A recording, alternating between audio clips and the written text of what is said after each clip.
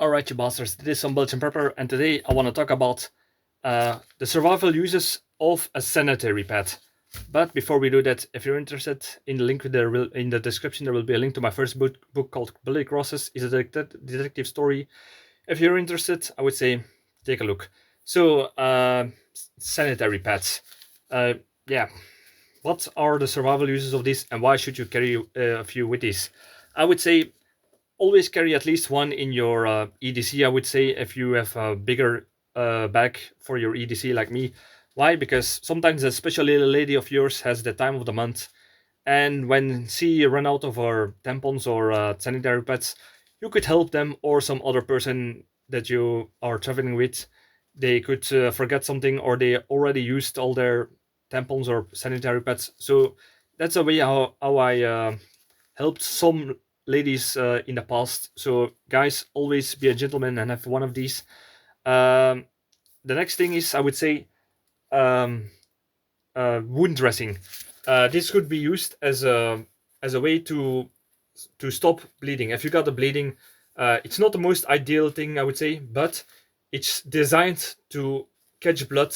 And yeah, if you in contrary to, I made a video about the uses of a tampon, and I said if you got a deep stabbing or a shot wound, it's not really good to put a tampon inside of it, because yeah, it will start to break off. But this is more sturdy, I would say. So if you got a wound, you can, it's fit around big wounds, so that's another benefit that you can do.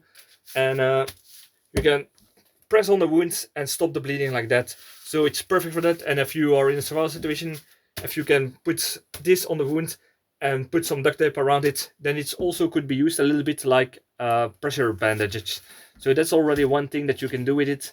The next thing I would say is tinder. These are filled with cotton filled. How do you say this? It's stuffed with cotton, I would say.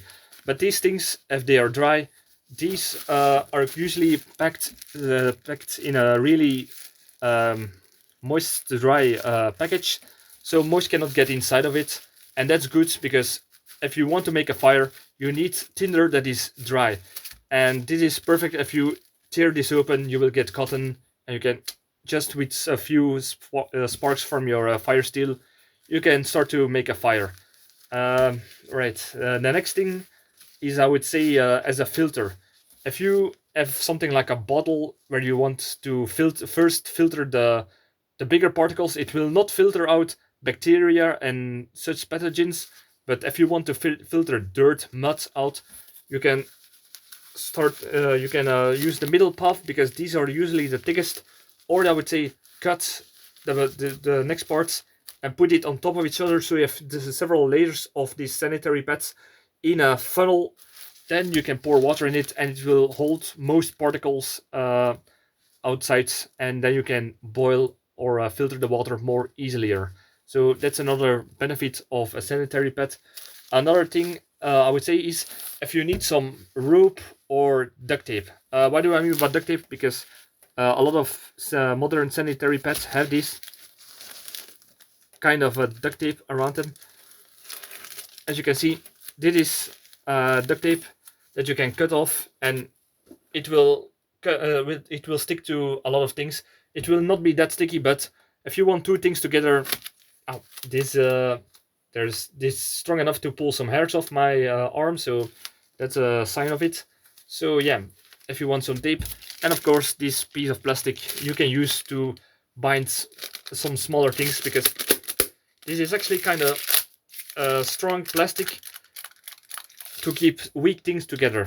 So yeah, as long as you don't have cuts on the side, because in the cut they will tear easily like this, but it will be a lot more difficult to pull it this way.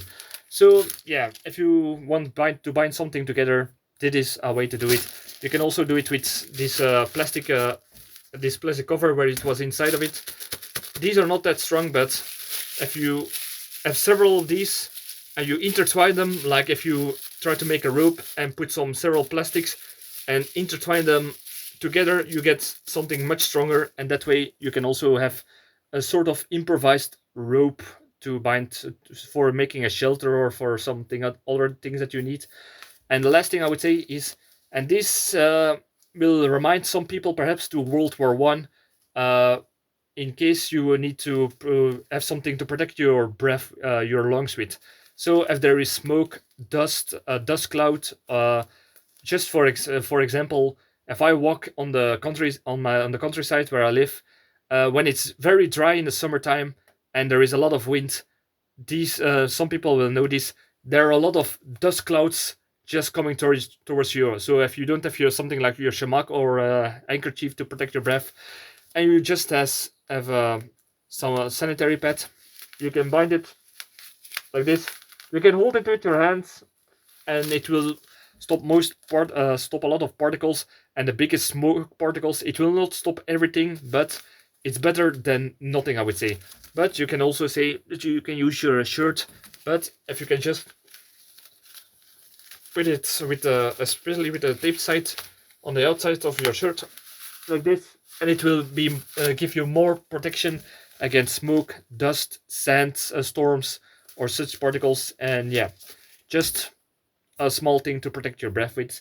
And these are the things that I would say that you can do with survival uses of a sanitary pad. Uh, if anyone of you know any other survival use of a sanitary pad, please let me know. I'm always eager to learn new things. Leave it in the comments. I will read them. And I would say like, subscribe, all that good stuff. And thank you, and see you in the next time.